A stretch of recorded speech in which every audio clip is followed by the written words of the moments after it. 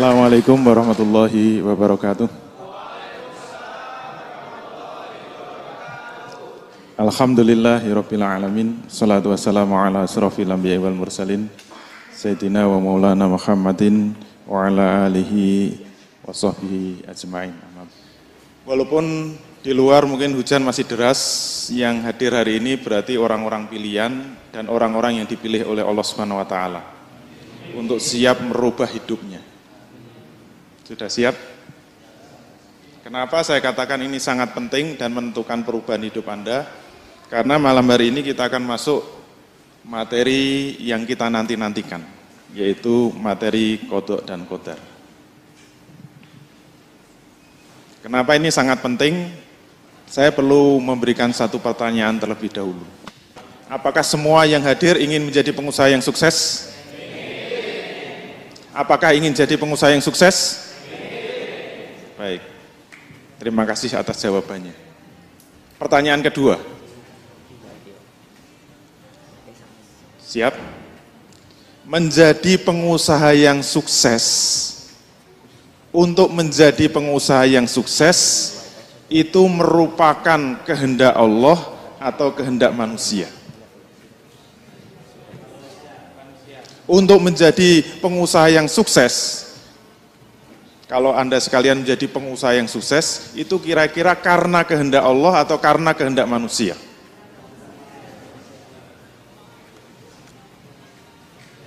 Kalau nggak mau jawab, saya pulang. Kenapa? Karena kehendak Allah. Saya harus memastikan jawaban ini menentukan materinya. Karena saya ingin membaca aliran, aliran pemikiran Anda. Kehendak Allah apa kehendak manusia? Kehendak manusia apa kehendak Allah? Kehendak Allah apa kehendak manusia? Biasanya kalau anak kecil buntutnya yang diambil.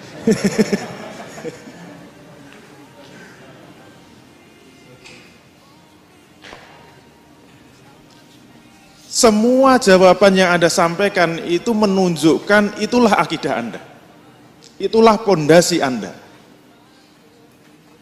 Dan kita masih bicara pondasi kan? Sudah yang ke-8. Dan berkali-kali berulang-ulang saya katakan kalau pondasi salah, bangunan di atasnya salah semua. Pondasi miring, maka bangunan di atasnya juga akan miring. Apalagi kalau otaknya miring. Perbuatannya miring semua. Begitu Anda mengatakan menjadi pengusaha sukses itu adalah kehendak Allah, nanti semua akan berpengaruh terhadap aktivitas bisnis Anda. Kalau Anda mengatakan bahwa menjadi pengusaha sukses itu adalah hasil usaha manusia, juga akan menentukan semua aktivitas bisnis Anda. Kenapa? Karena ini kita masih bicara pondasi.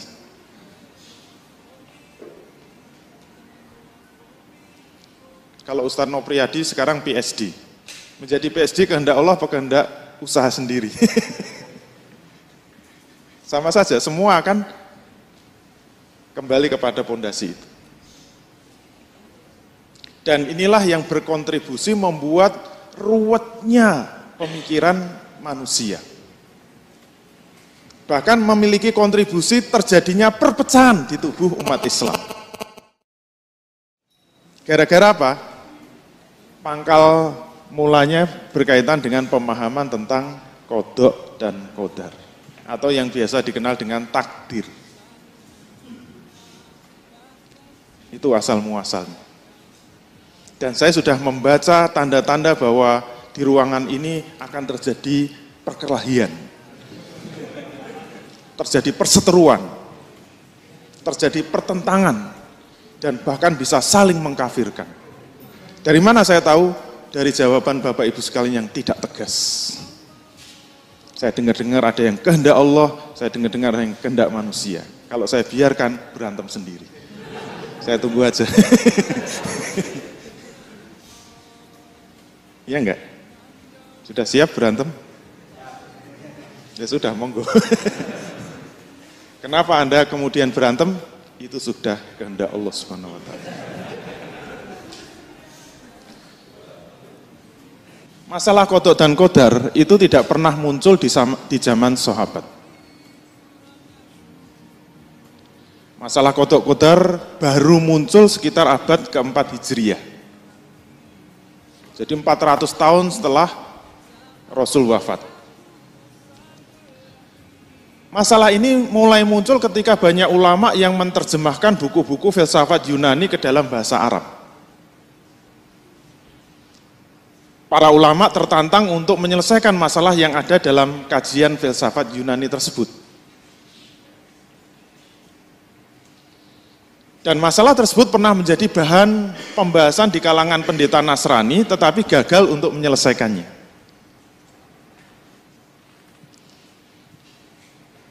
Kalau pendeta-pendeta Nasrani tidak bisa menyelesaikan masalah qadha dan qadar, maklum, karena sudah takdirnya pendeta itu. Tapi bagi para ulama kan tertantang. Kalau para pendeta nggak bisa, masa ulama Islam nggak bisa? Masalahnya apa sih? Yang dipermasalahkan dalam filsafat Yunani itu apa? Seperti yang saya tanyakan tadi. Pertama, kalau ada orang menulis, dia bisa menulis itu atas kehendak Allah atau kehendak manusia? Tolong dijawab. Kehendak manusia, bukan kehendak Allah. Kehendak manusia, bukan kehendak Allah. Ragu-ragu kan? Berarti seperti pendeta itu, nggak bisa jawab secara tegas. Nomor dua, kalau ada manusia sholat, kehendak Allah apa kehendak manusia? Kehendak manusia juga, bukan kehendak Allah.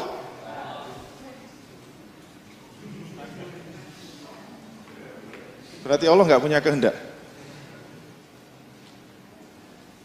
Nomor tiga, kalau ada manusia sodakoh, kehendak siapa?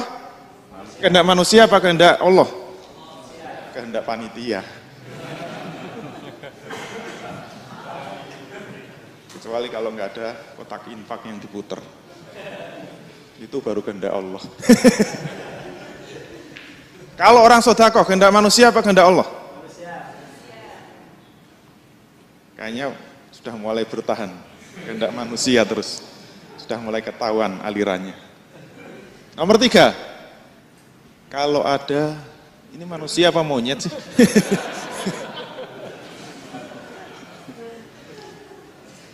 Kalau ada manusia berzina, itu kehendak siapa? Kehendak Allah apa kehendak manusia? Saya sudah menduga, kalau yang jelek-jelek itu keras bunyinya gitu. Ada orang berzina, kehendak siapa? Kehendak manusia gitu.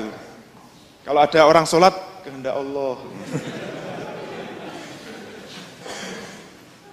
Masalahnya apa? Coba kita perhatikan bersama ya. Kalau jawabannya itu semua kehendak Allah, konsekuensinya apa? Orang berzina kehendak Allah, orang sholat kehendak Allah, orang menulis kehendak Allah. Anda sekalian datang ke sini kehendak Allah. Nanti nggak bisa pulang kehendak Allah. Mulai takut toh. Kalau semua kehendak Allah, kenapa ada manusia yang dipaksa untuk berbuat baik dan ada manusia yang dipaksa untuk berbuat jahat?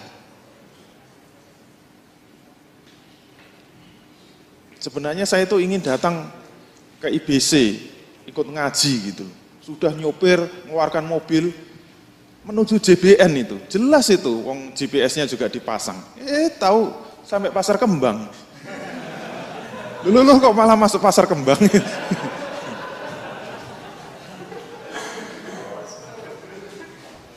Itu namanya kan terpaksa banget gitu. Siapa yang memaksa?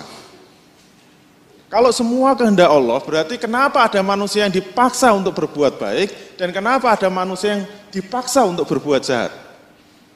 Maka akan muncul pertanyaan, terus keadilan Allah di mana? Karena apa? Kalau memang manusia itu dipaksa untuk berbuat jahat, kenapa besok kalau di akhirat dia akan dimasukkan neraka? Dan sebaliknya, kalau mereka itu dipaksa berbuat baik, kenapa besok di akhirat dimasukkan surga? Coba misalnya ini kan ada ibu-ibu, ini ada bapak-bapak. Tolong bapak-bapak, saya harapkan nanti kalau pulang begal semua. Awas kalau nggak ada yang mau begal. Nanti malah saya geraji satu-satu. Pokoknya harus jadi begal semua, oke? Tapi kalau nanti mati karena jadi begal, nanti saya siksa dalam neraka. Kalau ibu-ibu harus jadi orang baik ya Bu. Awas kalau ada yang jadi begal. Semua harus jadi orang baik. Termasuk bunyi HP ini. Kalau sampai ada yang jadi begal, awas. Jadi saya paksa untuk berbuat baik. Sudahlah dipaksa untuk berbuat baik, nanti kalau mati dimasukkan surga. Kalau ada orang seperti itu, zalim enggak?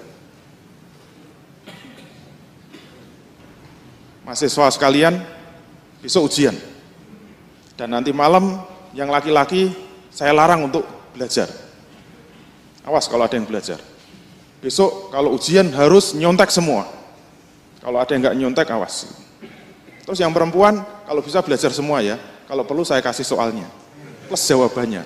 Diapalin, besok ulangan keluar semua. Oke? Dan nanti yang bapak-bapak, yang mahasiswa putra, kalau ketahuan nyontek, nanti langsung saya masukkan neraka. Saya siksa. Yang ibu-ibu, karena disayangi dosennya, nanti dapat A semua ya, karena sudah hafal. Kalau nggak hafal, buka saja, nanti saya masukkan surga. Ini dosen adil apa zolim? Yang tegas, adil apa zolim? Zolim Pak Nopri. Modelnya salah berarti. Subhanallah, Maha Suci Allah, apakah seperti itu? Berarti pilihan kita apa? Nah ini favorit JBN. Pilihan kita semua kehendak manusia. Wah. Konsekuensinya apa? Ini pilihan kita ya. Oke, setuju? Semua kehendak manusia? Oke? Kalau semua kehendak manusia, berarti manusia mempunyai kebebasan untuk berbuat. Ya. Anda mau belok kanan, terserah Anda. Mau belok ke kiri, terserah Anda. Mau datang ke JBN, terserah Anda. Mau ke Pasar Kembang, terserah Anda. Ada kereta api lewat, mau loncat, terserah. Mau tidur di atas rel juga terserah. Semua kehendak Anda, oke? Kalau semua kehendak Anda, berarti apa? Manusia punya kebebasan berbuat. Konsekuensinya apa? Jika manusia memiliki lingkaran kebebasan berbuat, berarti kehendak Allah itu terbatas. Iya enggak? Sekarang saya tanya, habis dari JBN ikut IBC ini mau terus pulang, apa terus keluyuran? Sudah punya rencana enggak? Sudah punya rencana belum? Termasuk saya. Saya habis dari ngisi JBN ini terus pulang, apa terus cari nasi goreng? Saya belum punya rencana. Pertanyaannya, Allah sudah tahu belum kehendak saya? Sudah tahu belum? Saya belum punya rencana kok. Sudah tahu kemana coba? Kalau Allah tahu kemana coba? Pulang. Nanti begitu Allah tahu kalau saya pulang, enggak jadi. Kecele.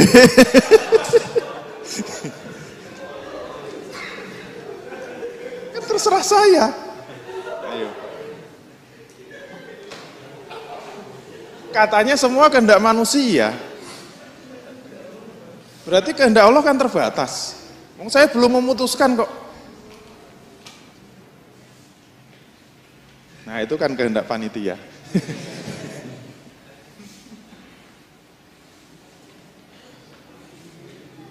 Ini kalau diteruskan, ini yang berpendapat kan Anda sekalian tuh. Berarti Allah tidak akan mengetahui apa yang akan diperbuat manusia. Apakah dia akan pulang ke rumah atau terus pergi ke kantor. Belum direncanakan kok. Kan kehendak saya. Dan saya belum berkehendak. Termasuk berarti Allah juga belum mengetahui apakah orang itu nanti akan masuk surga atau masuk neraka. Betul enggak? Sekarang saya tanya, saya besok masuk surga apa neraka? Allah sudah tahu apa belum? Sudah tahu apa belum? Anda sekalian, tadi yang bilang semua kehendak manusia ya, besok masuk neraka atau masuk surga, Allah sudah tahu belum? Ayo, sudah tahu belum? Sudah? Betul? Sudah? Ibu-ibu? Masuk neraka apa surga, Bu? Sekarang saya tanya, Allah sudah tahu belum surga nerakanya ibu-ibu? Detik ini juga Allah sudah tahu enggak kita masuk surga apa neraka? Ayo, sudah tahu belum? Sudah? Betul? Kita lanjutkan. Kalau memang Allah itu tidak tahu, berarti ilmu Allah itu terbatas, iya enggak? Berarti Allah belum tahu surga nerakanya manusia. Subhanallah. Tidak mungkin begitu kan? Berarti Allah kan sudah tahu surga nerakanya kita. Allah maha berilmu, betul enggak? Berarti sudah tahu besok masuk neraka apa surga? Sudah tahu. Detik ini juga sudah tahu. Betul ibu-ibu? Detik ini juga sudah tahu Allah punya ilmu itu? Bapak-bapak sudah tahu?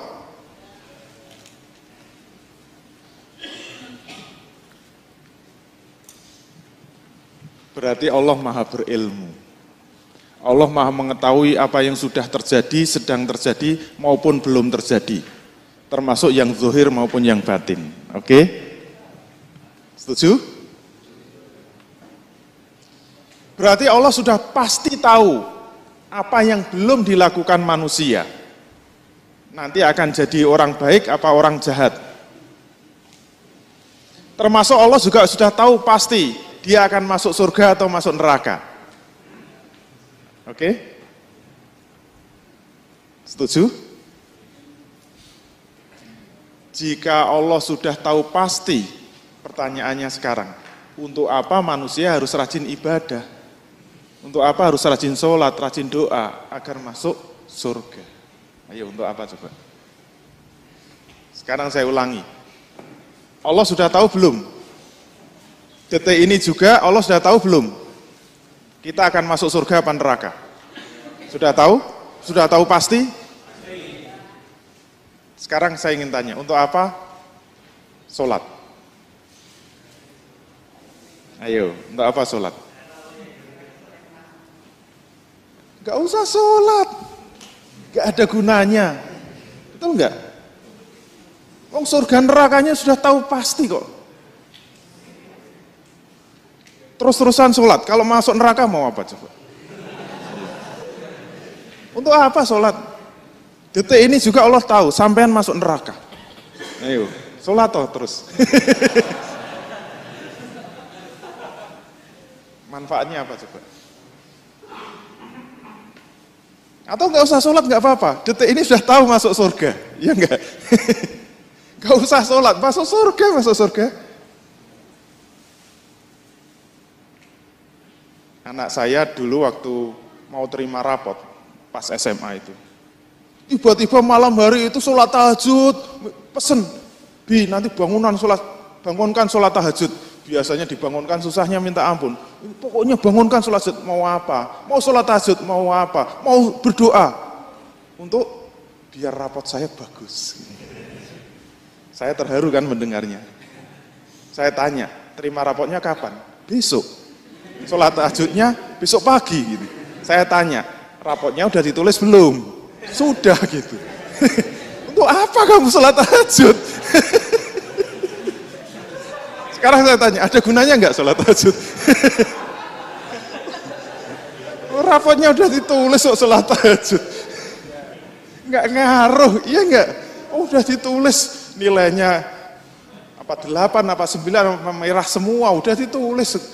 Mau tahajud semalam suntuk juga nggak ada gunanya kan? Apa jam? Iya ya. Untuk apa sholat tahajud itu? Surga neraka Anda sekalian sudah ditulis belum? Sudah selesai tulisannya? Untuk apa sholat? Pulang-pulang. Gak usah ngaji. Cukup sekian.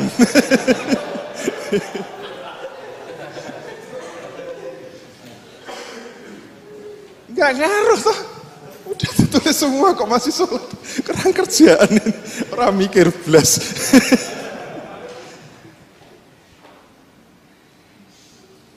Tidak ada gunanya karena Allah sudah tahu pasti surga nerakanya orang tersebut. Subhanallah. Apakah seperti itu? Maha suci Allah. Dan ini masalah kalau nggak segera diselesaikan atau akan terus berkembang. Menyangkut masalah hidayah. Sekarang saya tanya, orang kalau masuk Islam, itu karena hidayah Allah atau karena kehendak manusia itu sendiri? Kalau ada orang yang masuk Islam, itu karena mendapat hidayah dari Allah atau kehendak manusia itu sendiri? Hidayah dari Allah. Oh enak dong yang dapat hidayah.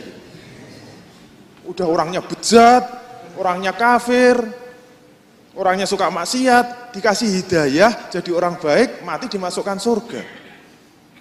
Kasihan tuh kayak siapa? Barack Obama itu. Udah nggak ganteng-ganteng amat gitu, misalnya gitu. Udah kafirnya minta ampun, tapi nggak dapat hidayah. Udah nggak dikasih hidayah, mati dimasukkan neraka. Gitu. Keadilan Allah di mana? Atau itu kehendak manusia, hidayah itu. Ini akan berkembang terus. Tawakal. Kalau hidup wajib bertawakal, yang namanya tawakal itu harus pasrah kepada Allah atau kita harus berusaha. Dalam bisnis kita itu harus pasrah sama Allah atau kita harus berusaha. Kenapa? Ini terkait juga dengan masalah rezeki. Rezeki itu sudah ketetapan Allah atau hasil usaha manusia? Ayo. Rezeki sudah ketetapan Allah apa hasil usaha manusia? Dua-duanya, piye caranya?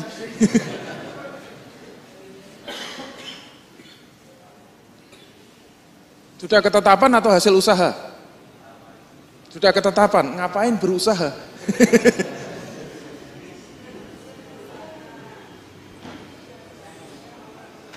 Hasil usaha, berarti kehendak Allah terbatas.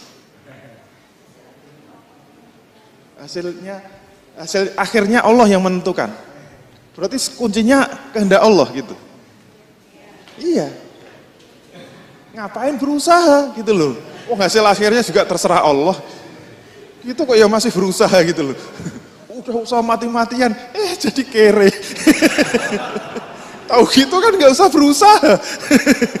Saya itu diam aja di rumah, nyenggol itu, wah ambruk itu duit semua. Kenapa? Kehendak Allah itu.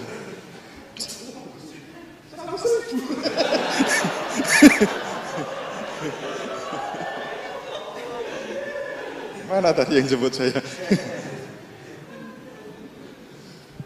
Termasuk masalah ajal. Ayo. Ajal manusia itu sudah ditetapkan oleh Allah atau hasil usaha manusia? Sudah ditetapkan Allah, nanti kalau pulang jangan melek. Udahlah merem naik mobil nanti sampai rumah sakit.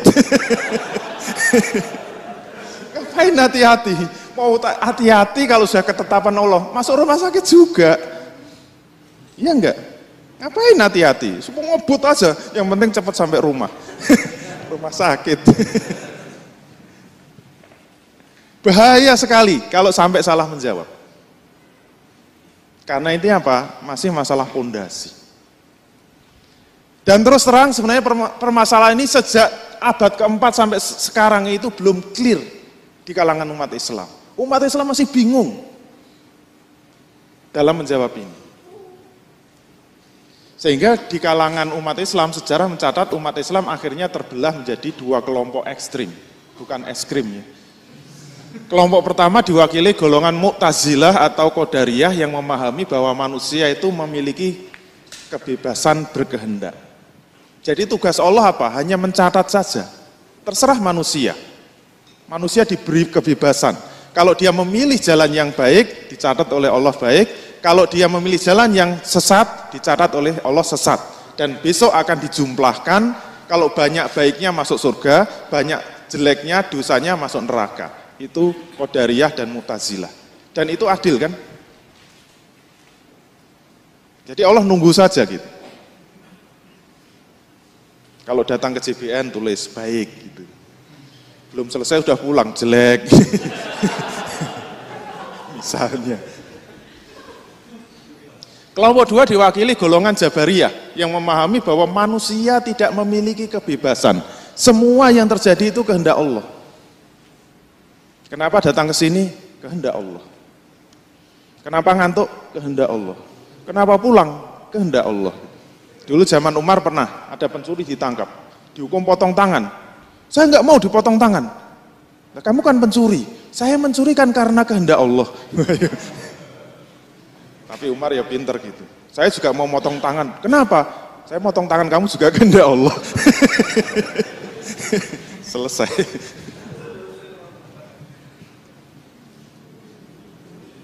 Saya dulu pernah itu ketemu orang kayak gitu.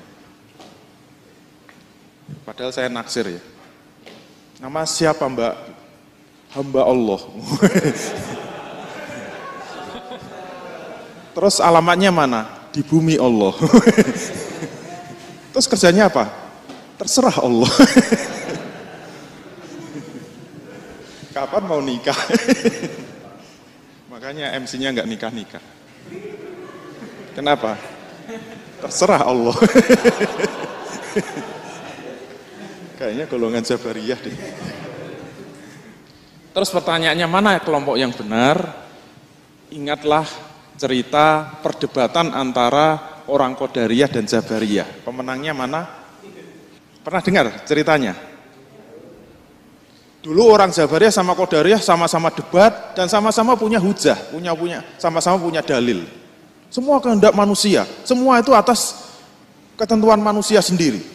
Innallaha la yughayyiru ma biqaumin hatta yughayyiru ma bi anfusihim. Wah, ada dalilnya kan.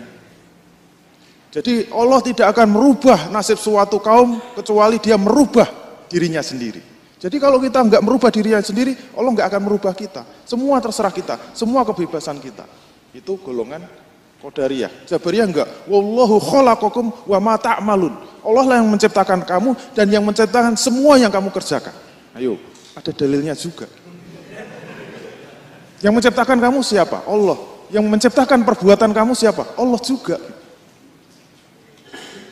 Ganti dalil lagi, ganti lagi. Sama-sama punya dalil. Karena adu dalil sama-sama kuat, akhirnya gini saja. Untuk menentukan yang benar, kita buktikan. Oke, sesuai dengan pendapat masing-masing. Cara membuktikannya gimana? Mari kita cari buah mangga. Siapa yang bisa mendapatkan buah mangga itulah yang benar, sesuai keyakinan masing-masing. Yang Qadariyah harus berusaha mencari, kalau dapat berarti pemahamannya benar. Yang Jabariyah pasrah saja di rumah, jangan nyari-nyari. Kalau enggak dapat berarti salah kan? Dan kalau dia cuma di rumah aja kemudian dapat mangga, berarti benar. Oke, setuju? Setuju. Sekarang silahkan yang Jabariyah nunggu di rumah, delohom, sendirian, jangan kemana-mana. Terus yang Qadariyah keluar, cari mangga ke pasar. Begitu di pasar banyak mangga, dia beli, pulang langsung menunjukkan. Nah, inilah paham yang benar. Siapa yang mau berusaha, itulah yang dapat. Kamu di rumah saja, pasrah saja, nggak dapat. Berarti yang benar siapa? Qadariyah kan. 1-0 kan. Selesai. Terus makan mangga gitu. Mangga dikupas, dimakan gitu. Inilah hasil usaha saya. Siapa yang berusaha maka akan dapat mangga. Yang Jabariyah diem aja gitu. Udah kalah, nggak dapat mangga lagi. Kasian gitu. Nah, karena yang Qadariyah merasa menang, kasihan kan, ya sudahlah kalah nggak dapat mangga, ini saya kasih 1 gitu. Begitu dikasih 1, inilah kalau Allah sudah berkehendak. Walaupun saya diem saja, nyatanya dapat juga. Satu-satu.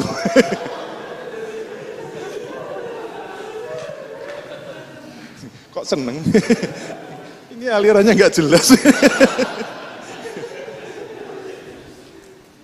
Marilah kita lihat dalil-dalilnya. Nomor 1, surat Al-A'raf 34. Walikulli ummatin ajal. Faiza jaa ajaluhum la yastakhiruna sa'atan wa la yastaqdimun. Kita perhatikan betul-betul ya. Tiap-tiap umat memiliki ajal atau batas waktu.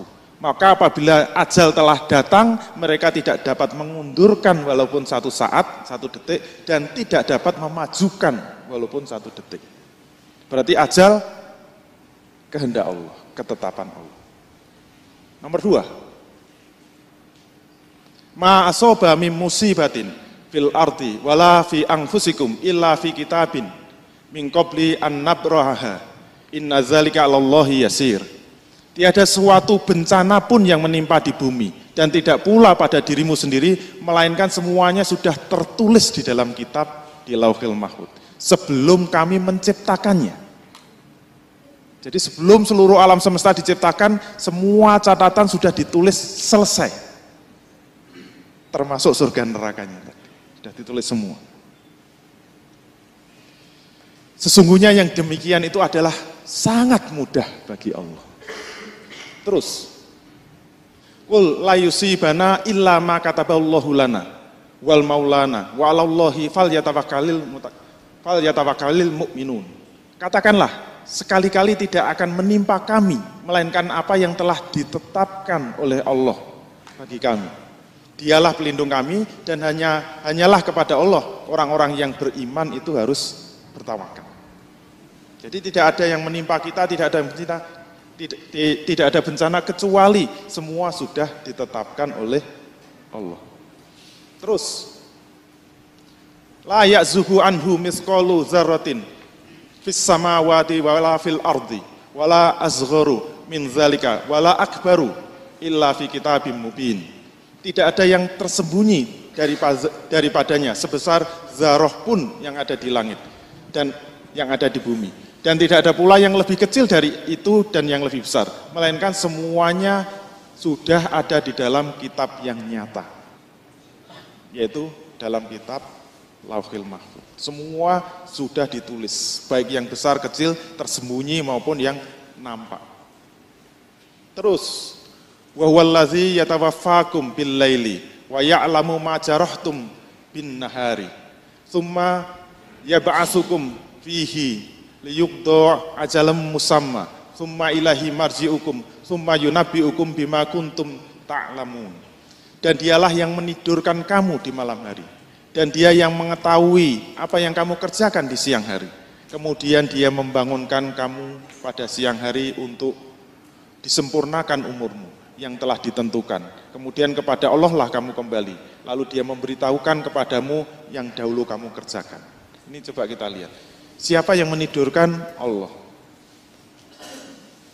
Di malam hari. Kemudian Allah juga tahu apa yang akan kamu kerjakan di siang hari. Kemudian dia yang membangunkan kamu pada siang hari untuk disempurnakan umurmu. Sudah sampai yang telah ditentukan. Kemudian kepada Allah lah kamu akan kembali, lalu dia akan memberitahukan kepadamu apa-apa yang dulu kamu kerjakan. Oke? Kesimpulannya apa? Masalah kodok kodar itu sesungguhnya tidak membicarakan 4 hal. Ternyata kodok kodar itu tidak membicarakan tentang 4 hal. Yang pertama apa? Kodok kodar itu tidak berbicara tentang perbuatan manusia. Apakah diciptakan Allah atau diciptakan manusia. Yang kedua, kodok kodar juga tidak bicara tentang iroda Allah.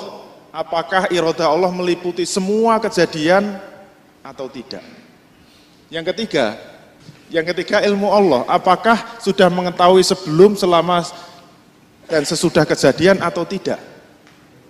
Yang keempat, kitab Lauhul Mahfuz. Apakah sudah mencatat semua kejadian dan tidak mungkin dirubah lagi atau tidak. Pertanyaannya mengapa? Saya ulangi, Ternyata qadha qadar itu tidak membahas 4 hal. Yang pertama, perbuatan manusia, kayak menulis tadi. Itu sebenarnya diciptakan manusia, apa diciptakan Allah? Yang kedua, kehendak Allah. Apakah kehendak Allah meliputi semua kejadian, atau ada lingkaran yang dikuasai manusia, di mana Allah tidak berkehendak? Yang ketiga, ilmu Allah. Apakah ilmu Allah itu sudah mengetahui yang telah terjadi, yang sedang terjadi, dan yang akan terjadi, atau hanya yang sudah-sudah terjadi saja, yang belum terjadi Allah tidak tahu? Yang keempat, kitab Lauhil Mahfud. Apakah mencatat semua kejadian dan sudah tidak mungkin dirubah, atau masih ada yang bisa dirubah? Jadi qadha qadar tidak membahas 4 hal itu. Sekali lagi pertanyaannya mengapa? Maka sebelum kita membahas yang lain, ini harus disepakati dulu. Setuju enggak bahwa ini bukan pembahasan qadha qadar? Atau ini enggak usah kita bahas saja? Mengapa? Bikin mumet.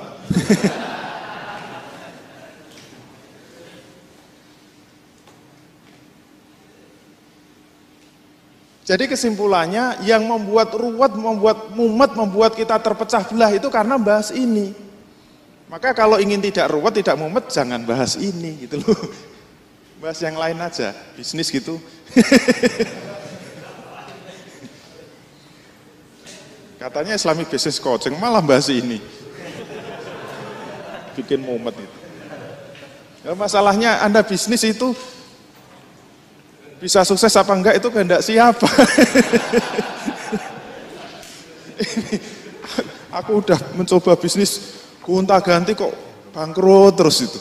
Kira-kira kehendak siapa? Itu aja belum terjawab kok bisnis.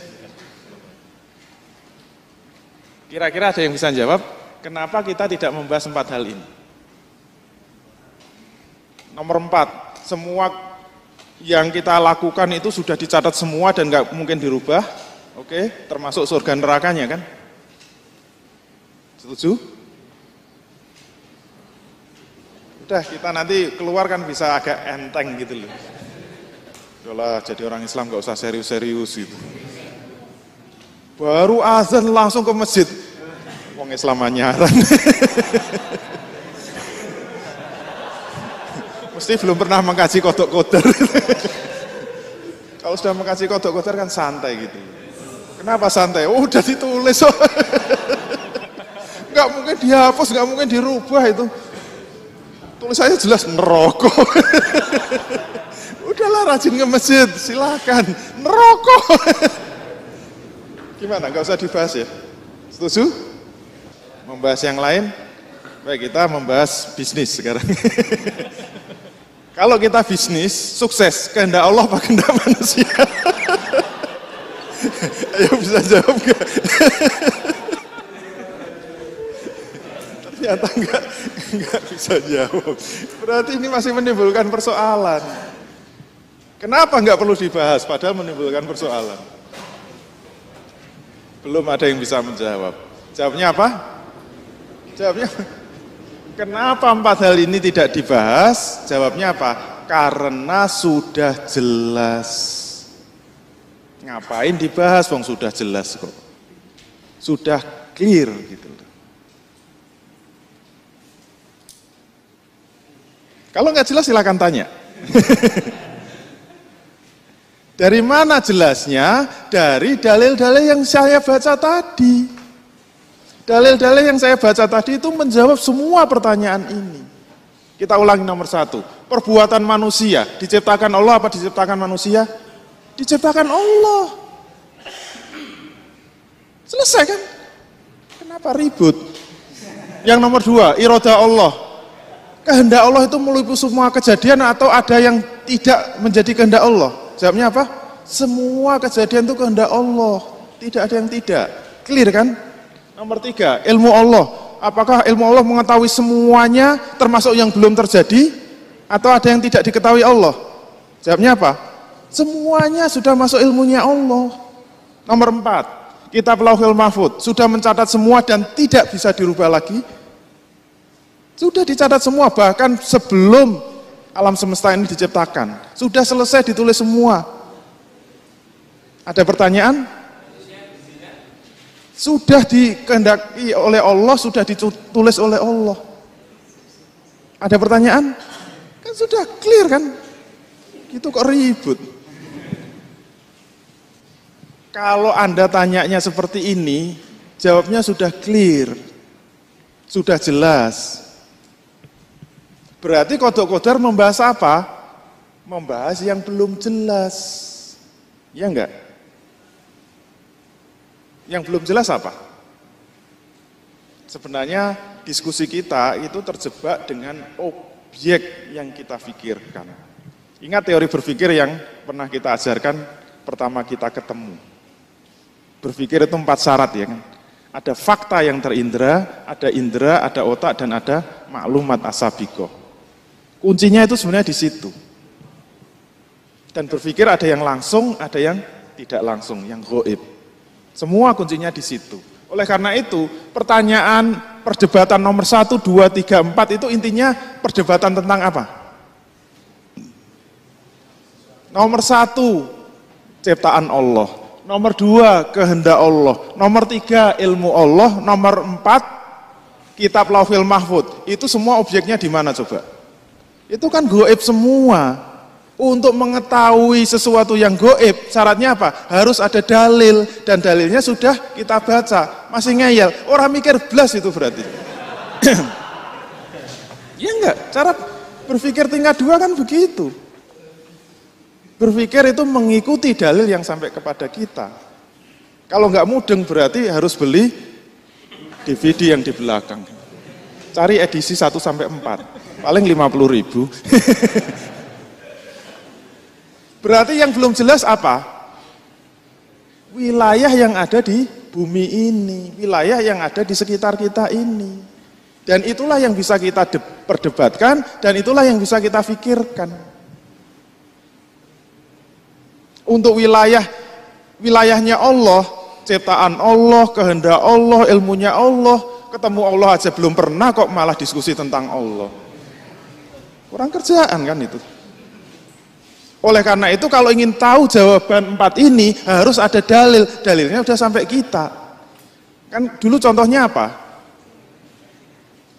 Sesuatu yang gaib contohnya apa? Di depan gedung ini ada mobil yang lewat enggak? Yang disebut berpikir apa? Harus ada dalil. Dalilnya apa? Telapak ban kan? Kalau cuma dalil telapak ban, mau diskusi apa coba? Kira-kira mobilnya yang lewat warna apa gitu. Dalilnya cuma telapak ban kok diskusi warna mobil yang lewat. Mikir enggak itu? Orang mikir gitu loh. Sama seperti ini, kitab Lauhil Mahfud sudah mencatat semua. Kok iso lho? Wong saya mikir aja belum kok sudah dicatat. Mikir enggak itu? Wong itu wilayahnya Allah kok. Dan informasi cuma segitu kok malah ngejak diskusi. Kurang kerjaan kan itu? Kok ya gelem dijak diskusi.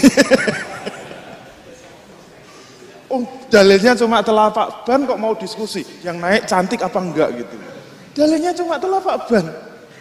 Bisa diskusikan dari kedalaman ban ini bisa ketahuan ini laki-laki apa perempuan. Itu tak adik ramatuk belas itu. Dalilnya cuma telapak ban kok ingin diskusi sampai kemana-mana. 4 hal ini itu bukan wilayah berpikir kita. Itu wilayah langit, wilayah Allah, wilayah yang gaib. Kita kalau mikir wilayah itu, nggak mikir namanya gitu. Kenapa? Ada satu syarat yang nggak terpenuhi, yaitu apa? Objeknya itu tidak terindra. Berarti itu sesuatu yang gaib, maka berpikir kita dibatasi oleh dalil yang sampai ke kita. Kalau dalilnya punya gitu, ya sami'na wa ata'na. Sudahlah. Kalau pengen lebih rinci ya tanya sama yang ngirim dalil gitu loh. SMS kayak gitu loh. Ini kurang jelas, bos. Berarti yang perlu kita pikirkan itu wilayah yang kita kuasai. Ya enggak? Wilayah bumi ini, wilayah yang terindra. Oke? Itulah yang harus kita diskusikan dalam masalah Qadha Qadar. Jadi sebenarnya energi ulama-ulama dulu debat masalah ini kurang kerjaan juga. Iya, Gara-gara apa? Teori berpikirnya tidak tuntas. Sebenarnya yang paling menentukan itu teori berpikir. Nanti keruwetan filsafat, keruwetan masalah kotak-kotak, keruwetan apa saja termasuk waktu yang habis itu. Mau terus enggak ini? Daripada mati berdiri ya. Nah, yang harus dibahas itu apa? Wilayah yang kita kuasai, apa? Perbuatan manusia, bukan perbuatan Allah. Oke? Nah, kalau mau bahas kodok kodar, bahaslah lingkaran yang kita kuasai, perbuatan manusia. Sekarang dijawab. Jawablah dengan jujur. Perbuatan manusia ketika kita berbuat, tolong dijawab dengan jujur, karena ini terindra kan, bisa difikirkan. Ketika manusia berbuat, itu apakah bebas atau terpaksa? Tahu nggak bedanya bebas sama terpaksa? Bebas itu, saya mau belok kanan, terserah. Bisa kan belok kanan? Mengikuti keputusan saya perintah belok kiri. Nah, itu namanya bebas. Kalau terpaksa, misalnya saya pengen belok kanan, nah itu namanya terpaksa. Sekarang jawab dengan jujur, perbuatan manusia itu bebas atau terpaksa? Karena ada konsekuensinya, kalau terpaksa mengapa? Kalau berbuat baik itu harus mendapat pahala, kalau berbuat buruk itu akan disiksa. Berarti yang benar apa? Bebas. Sekarang pertanyaannya, kalau memang manusia bebas berbuat, mengapa kita tidak bisa mengendalikan detak jantung kita sendiri? Ayo berdetak, ya memang dari dulu berdetak, berhenti nggak mau berhenti. Tapi kalau sudah berhenti, jalan nggak bisa juga. Begitu kita makan, semua enak-enak kan, begitu masuk perut, keluar tuh nggak enak semua. Siapa coba yang bikin kayak gitu? Kita itu jalan pengennya, kalau hujan kayak tadi ya pengennya terbang sampai ke sini kan. Kenapa harus nempel tanah? Saya pengennya bisa terbang, kenapa nggak bisa? Berarti kita nggak bebas. Kesimpulannya apa? Jawaban Anda tidak jujur. Jadi kalau kita benar-benar jujur, perbuatan manusia itu bukan karena kebebasan, bukan karena terpaksa. Terus yang benar apa? Fakta perbuatan manusia itu ada dalam dua lingkaran. Lingkaran pertama adalah lingkaran yang dikuasai manusia, lingkaran kedua adalah lingkaran yang menguasai manusia. Itu kalau jawabannya jujur. Berarti ada perbuatan-perbuatan yang dikuasai manusia. Seperti tadi, saya pengen belok, pengen lurus, pengen keriting, susah juga. Tapi ada yang menguasai manusia. Yang menguasai manusia dibagi dua. Ada yang terikat nizam wujud, ada yang di luar nizam wujud. Terikat nizam wujud maksudnya apa? Seperti tadi. Kita jalan harus nempel bumi. Itu terikat dengan nizam wujud atau sunatullah. Kita nggak bisa terbang. Kita nggak bisa lihat dari belakang. Lihatnya kan depan terus. Kalau ayam, makanya kalau nyabrang nggak pernah toleh-toleh, karena matanya di samping gitu. Berarti nyebrang blas gitu aja. Ngapain noleh wong matanya di samping. Kalau manusia nggak bisa, harus toleh kanan, toleh kiri. Dan kenapa kok tangan kita nggak ada matanya gitu? Kalau ada kan enak ngintip-ngintip itu. Ada wanita mandi ngintip gitu. Gak usah pakai kamera kan. Karena Allah sayang sama manusia. Coba kalau tangannya pakai mata gitu. Pas makan sambel. Kasihan betul. Itu namanya terikat dengan nizam wujud. Di luar nizam wujud itu maksudnya apa? Ada perbuatan-perbuatan yang asalnya dari kehendak kita, tapi hasilnya tidak sesuai kehendak kita. Misalnya pulang, hati-hati mau sampai ke rumah, malah masuk rumah sakit. Nah itu tidak sesuai kehendak kita.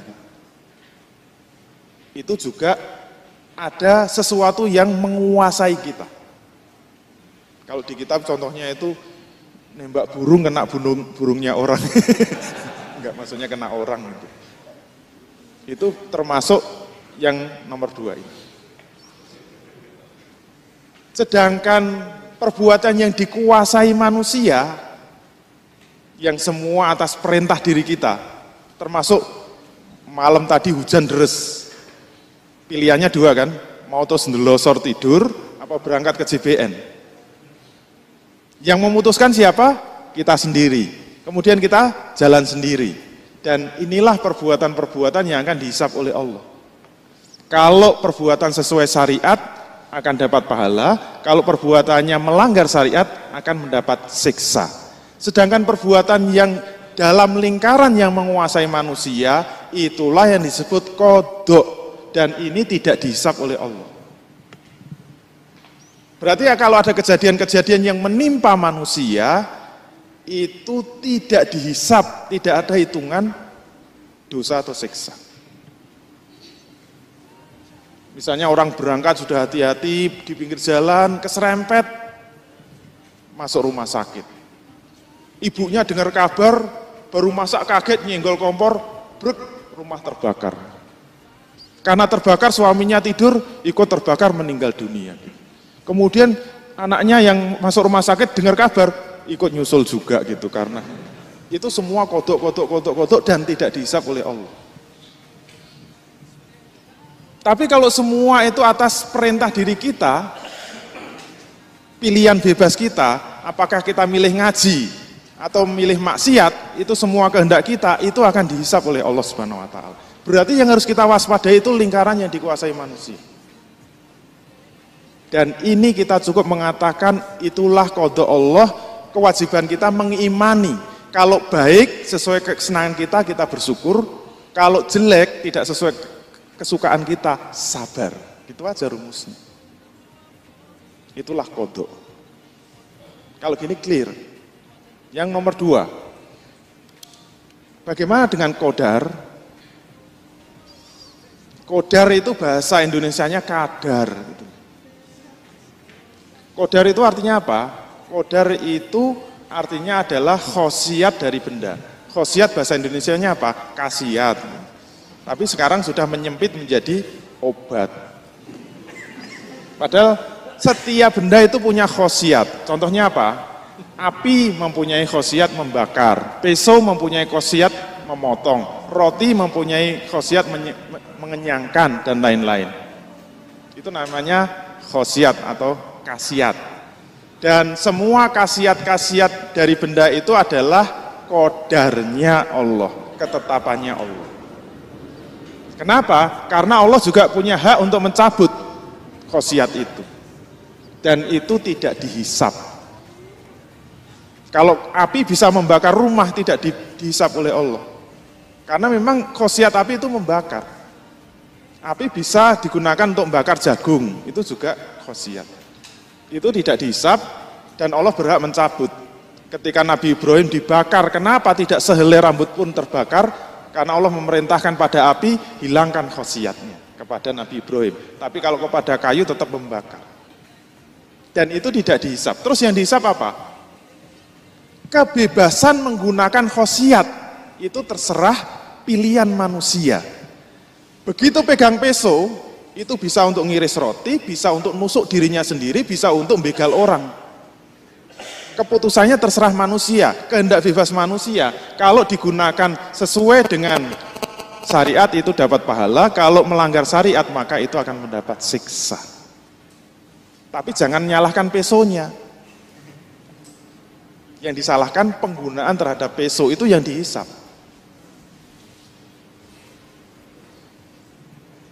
Terus bagaimana dengan manusia? Tadi bingungnya apa? Kalau manusia nulis kehendak siapa? Kehendak Allah apa kehendak manusia? Kalau manusia sholat, kehendak manusia apa kehendak Allah? Kalau manusia itu berzina, kehendak manusia apa kehendak Allah? Bagaimana menjawabnya? Dengan teori qadar ini mudah sekali menjawabnya. Nggak usah bingung. Kita lihat tubuh manusia. Ternyata tubuh manusia juga punya khosiat. Contohnya apa? Mata mempunyai khosiat melihat. Telinga mempunyai khosiat mendengar. Kaki mempunyai khosiat berjalan. Perut punya khosiat lapar. Kelamin jangan diisi. Semua khosiat-khosiat itu adalah qadarnya Allah, ketetapan Allah. Dan itu tidak dihisab oleh Allah. Kalau perut lapar nggak usah nangis, ya Allah dosa saya banyak, kenapa? Perut saya lapar gitu. Nggak dosa lapar, cari aja makan gitu, selesai. Termasuk jatuh cinta itu khosiat. Iya enggak? Kalau lihat perempuan cantik kok tertarik, itu sudah sesuai khosiatnya. Yang harus dicurigai, lihat perempuan cantik malah nggak tertarik. Bahaya itu. Malah yang lihat yang jenggotan malah tertarik. Itu manusia apa kambing?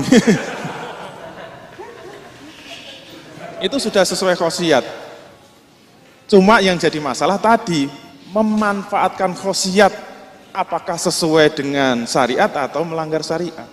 Kalau tertarik wanita cantik kemudian dipenuhi dengan menikah, berarti sesuai syariat, dapat pahala. Kalau tidak dipenuhi dengan menikah, malah diuber, keok, ditabrak, diperkosa, nah itu tidak sesuai syariat. Itu syariatnya pitik itu. Nggak usah ditiru. Kalau pitik nggak dosa. Memang khosiatnya begitu. Kalau manusia nggak boleh. Nah sekarang kata kuncinya di titik mana?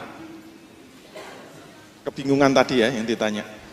Ternyata kata kuncinya itu berpuncak kepada akal manusia. Siapa yang ngasih akal manusia? Allah Subhanahu wa ta'ala. Khosiat akal manusia itu bagaimana? Itu kata kuncinya. Ternyata khosiat dari akal manusia, Allah telah memberikan khosiat kepada akal manusia, sudah mengkodar kepada akal manusia itu punya kehendak bebas. Dalilnya mana? As-Sams ayat 7 dan 8. Wa nafsin wa ma sawwaha. Demi nafsu, demi jiwa, ketika jiwa disempurnakan. Ketika jiwa itu diciptakan, disempurnakan oleh Allah, diberi apa? Fa'alhamaha fujuroha wa taqwaha. Allah memberikan ilham, memberi hidayah kepada akal manusia itu dua khosiat sekaligus. Yaitu apa? Jalan menuju kepada kesesatan dan jalan menuju kepada kebenaran. Artinya apa? Setiap akal manusia diberi dua khosiat sekaligus, tidak ada yang satu. Maka nggak ada manusia yang kecenderungannya cuma satu aja gitu. Saya punya anak, bakatnya jadi kiai deh. Baunya aja kiai gitu. Nggak bisa itu mau digoda kayak apapun. Dihasut kayak apapun, diajak maksiat nggak bisa, diajak bejat nggak bisa. Ini jalannya surga terus gitu. Nggak ada anak kayak gitu. Termasuk sebaliknya, wah anak saya bakatnya kok bejat ya. Sudah saya nasihat berkali-kali itu kok maunya maksiat terus itu. Kayaknya itu bau-bau neraka deh anak saya ini. Udah nggak bisa diperbaiki, itu kayaknya itu jatahnya neraka. Nggak ada. Yang ada apa? Semua manusia punya dua kecenderungan. Al-Balad 10, wahadaina hunnajdain. Allah telah memberikan hidayah kepada manusia itu dua jalan. Jadi nggak ada yang jadi satu jalan. Artinya apa? Manusia punya kehendak bebas. Diajak baik bisa, diajak bejat juga bisa. Nggak ada yang kebalik. Dan kehebatan kehendak Allah itu apa? Allah menghendaki manusia punya kehendak bebas. Kenapa manusia memiliki kemampuan berkehendak bebas? Itu kehendak Allah. Selesai kan? Dan itulah yang akan dihisab. Kalau menggunakan kehendak bebasnya sesuai dengan syariat, maka dapat pahala. Kalau menggunakan kehendak bebasnya menentang syariat, itu akan disiksa. Dalilnya mana? Nanti kita lihat. Nah, sekarang bagaimana menghubungkan antara kehendak langit dengan kehendak bumi? Titik temunya gimana? Semua kehendak Allah, tadi kan begitu kan. Kalau tanya, apa saja yang terjadi itu kehendak Allah. Termasuk semua perbuatan manusia kehendak Allah. Tapi kenyataannya manusia punya kehendak bebas. Cara mempertemukannya gimana? Bagaimana kita dapat mengaitkan kehendak Allah dengan kehendak manusia? Maka jawabnya gimana? Iroda Allah atau kehendak Allah itu memang meliputi segala sesuatu. Semua itu kehendak Allah, termasuk kehendak manusia. Kenapa manusia punya kehendak? Itu atas kehendak Allah. Cuma yang harus kita tegaskan, bagaimana kehendak Allah terhadap kehendak manusia. Ternyata Allah menghendaki manusia punya kehendak bebas. Dalilnya mana? Kita lihat. Walau syaa rabbuka la amana man fil ardi kulluhum jami'a. Afa anta tukrihun nasa hatta yakunu mu'minin.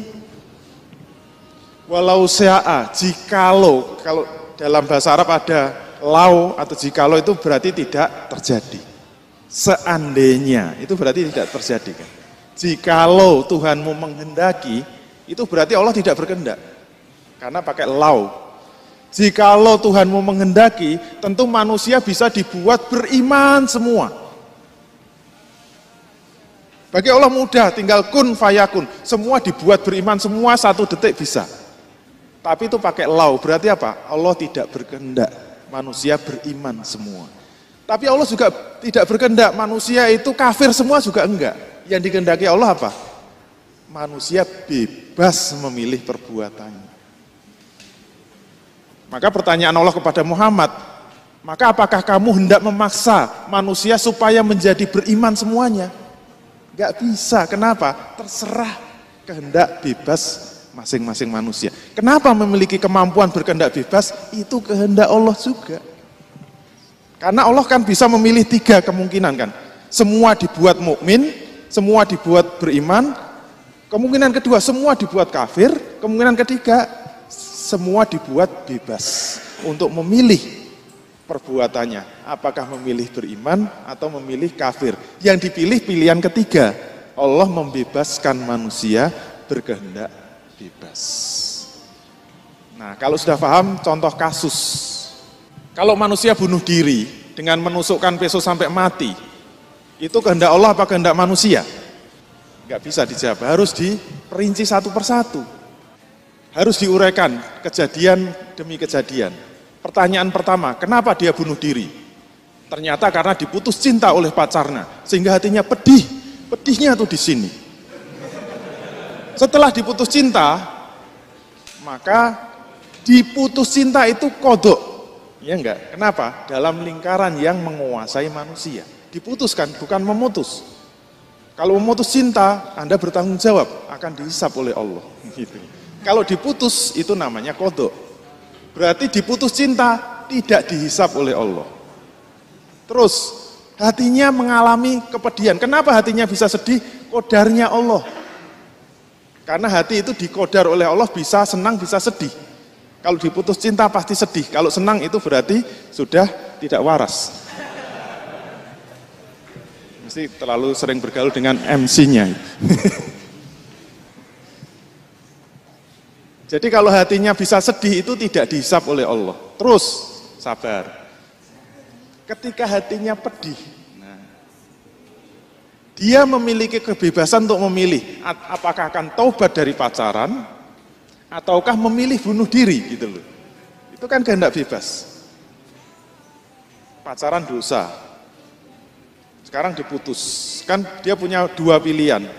Taubat enggak pacaran lagi atau diteruskan kesedihannya, yaitu apa? Di closing dengan bunuh diri. MLM banget. Milih mana? Ternyata dia memilih bunuh diri. Keputusan memilih bunuh diri itu dihisap oleh Allah. Baru memutuskan saja sudah dihisap. Sekarang dia akan bunuh diri pakai apa? Pilihannya banyak kan? Mau baygon, mau peso, mau loncat, mau nabrak kereta api, terserah. Ternyata dia memiliki kebebasan untuk memilih minum racun atau menusukkan peso. Ternyata yang dipilih adalah menusukkan peso. Racun dan peso itu memiliki khasiat untuk membunuh manusia. Itu kodarnya Allah dan racunnya tidak berdosa. Termasuk pesonya juga tidak berdosa karena itu sudah diberi kodar oleh Allah. Ternyata dia memilih peso, pilihan memegang peso itu dihisap oleh Allah. Kemudian pesonya digunakan, peso memiliki khasiat merusak tubuh manusia, itu juga kodarnya Allah, tidak dihisap. Kalau dia memahami menusukkan peso itu bisa mematikan dirinya, pemahaman itu juga dihisap oleh Allah. Sehingga ketika peso kemudian menghunjam kepada dirinya dan dia mati, mati itu kodoknya Allah dan tidak dihisab. Kenapa? Harus dia paham, pegang peso dia harus paham, itu bisa mematikan dirinya atau enggak. Karena bisa aja kan, pegang peso mungkin karena gatel, ukur-ukur, itu tidak dihisab. Karena dia nggak paham bahwa peso itu dikira cuma bisa menghilangkan gatel aja. Kalau kayak gitu nggak dianggap bunuh diri. Terus kalau dia bunuh diri kemudian mati itu kodoknya Allah. Kenapa? Tidak setiap bunuh diri itu sukses. Ya enggak? Bisa saja dia nusukkan peso kemudian nggak mati. Tapi tetap dihisab sebagai bunuh diri yang gagal. Tapi sudah dicatat dia melakukan bunuh diri yang gagal. Kenapa? Ada bunuh diri yang sukses. Kalau dia kemudian menusukkan peso dan mati, itu dicatat oleh malaikat bunuh diri yang sukses. Gitu. Tapi sama-sama dihisab sebagai bunuh diri. Matinya itu kodok. Kenapa? Kalau belum kodoknya, itu nggak akan mati. Nggak percaya? Ikuti nanti materi ajal. Setelah ajalnya tiba. Nauzubillah min dzalik. Selesai. Penutup, seharusnya manusia lebih waspada terhadap perbuatan yang berasal dari kehendak bebasnya. Karena perbuatan itu akan dimintai pertanggungjawaban oleh Allah. Terhadap kejadian yang menimpa kita hanya berkewajiban mengimani bahwa itu kehendak Allah. Kalau menyenangkan kita syukuri, kalau kemudian itu menyusahkan kita sabar. Semua itu kita kembalikan pada Allah dengan kalimat istirja. Inna lillahi wa inna ilaihi raji'un. Selesai.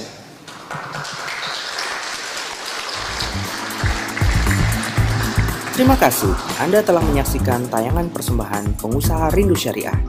Silakan hadiri acara-acara yang kami buat seperti Islamic Business Coaching, di mana kita dapat mempelajari kerangka berbisnis Islam, kemudian Islamic Business Sharing, di mana kita bisa belajar kepada pengusaha yang telah menerapkan bisnis syariah, Fikih Bisnis Islam, di mana kita bisa bertanya dan memecahkan permasalahan-permasalahan bisnis kontemporer, dan Muslimpreneur Power Camp, di mana kita akan termotivasi untuk menjadi pejuang syariah dalam berwirausaha. Sampai ketemu di pertemuan berikutnya. Wassalamualaikum warahmatullahi wabarakatuh.